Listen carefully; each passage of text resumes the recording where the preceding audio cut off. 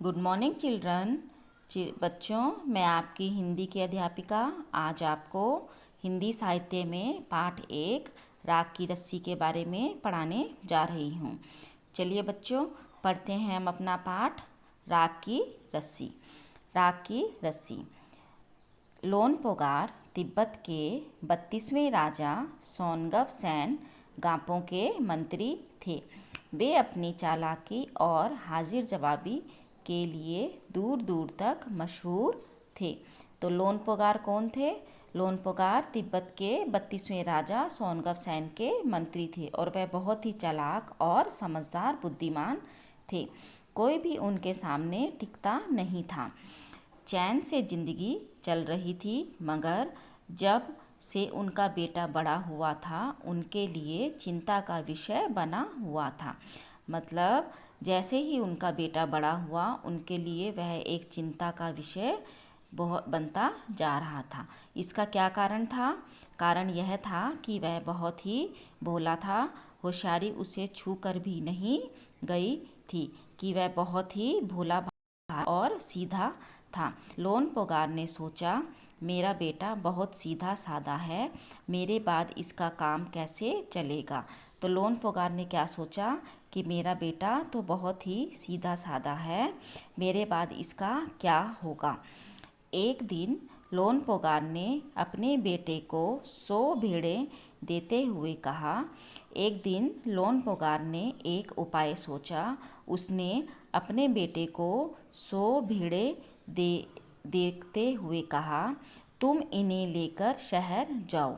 लोनपोगार ने अपने बेटे को 100 भेड़ें देकर शहर जाने को कहा, मगर इन्हें मारना या बेचना नहीं। परंतु उसने क्या शर्त रखी कि तुम इन्हें ना तो मारोगे और ना ही बेचोगे।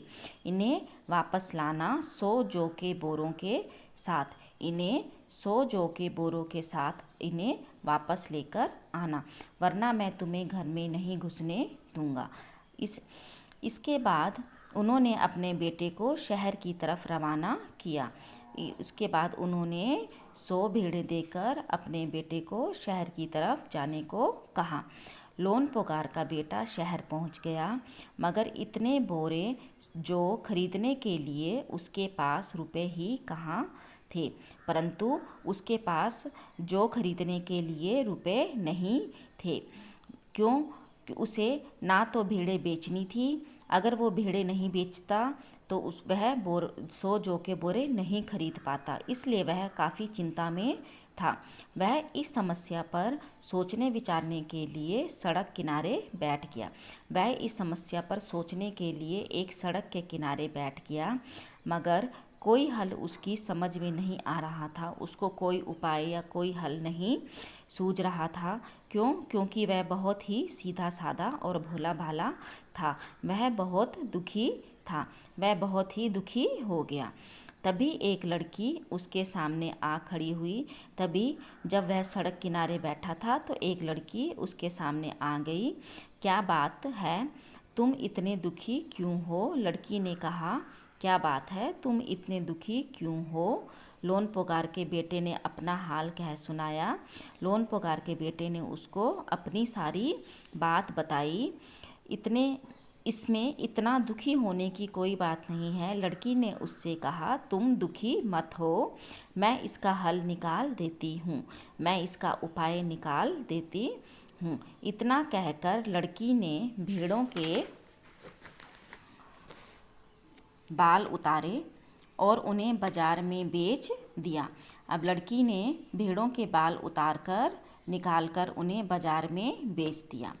जो रुपए मिले उनसे जो के 100 बोरे खरीद कर उसे घर वापस भेज दिया, और उनसे उसे जो रुपए मिले उससे उसने 100 जौ के बोरे खरीदे और उसे घर वापस भेज दिया। तो बच्चों, समझ आया कि इससे उसकी भेड़ें भी नहीं बिकी और उसने जौ के बोरे भी खरीद लिए। किससे खरीदे उसने जौ के बोरे? भेड़ों के बालों से उसने जौ के बोरे खरीद दिए। लोनपोगार के बेटे को लगा कि उसके पिता बहुत खुश होंगे। उसने सोचा कि घर पहुंचकर उसका जो पिता है वो बहुत ही खुश होगा, मगर उसकी आप बीती पर उन्होंने ध्यान नहीं दिया, परंतु जो उस पर बीती उन्होंने उस पर कोई ध्यान नहीं दिया। अब उसका पिता क्यों नहीं खुश हुआ? वो इसलिए नहीं खुश हुआ क्योंकि इस काम में उसकी मदद किसने की? उस लड़की ने। वे उठकर कमरे से बाहर चले गए। दूसरे दिन उन्होंने अपने बेटे को बुलाकर अगले दिन उन्होंने अपने बेटे को बुलाया और कहा, पिछली बार भेड़ों के बाल उतारकर बेचना मुझे ज़रा भी पसंद नहीं आया कि तुमने पिछली बार भेड़ों के बाल उतारकर उन्हें बेच करके बोरे खरीदे थे, वह मुझे अच्छा नहीं लगा। अब तुम दोबारा उन्हीं भेड़ों को लेकर जाओ। अब उसने कहा कि तुम दोबारा उन्हीं भेड़ों को लेकर जाओ और उनके साथ जौ के 100 बोरे लेकर ही लौटना। कि अब फिर दोबारा से तुम उनके साथ जौ के 100 बोरे लेकर वापस लौटना। तो बच्चों, यह पाठ इस वीडियो में तुम्हें आज इतना ही समझाऊंगी। इसके बाद अगला हम अगली वीडियो में समझेंगे। बच्चों, आपने इस पाठ से कुछ कठिन शब्द भी लिखने हैं। मैं आपको एक बार बता देती हूँ कि इस पाठ में कौन कौन से कठिन शब्द हैं।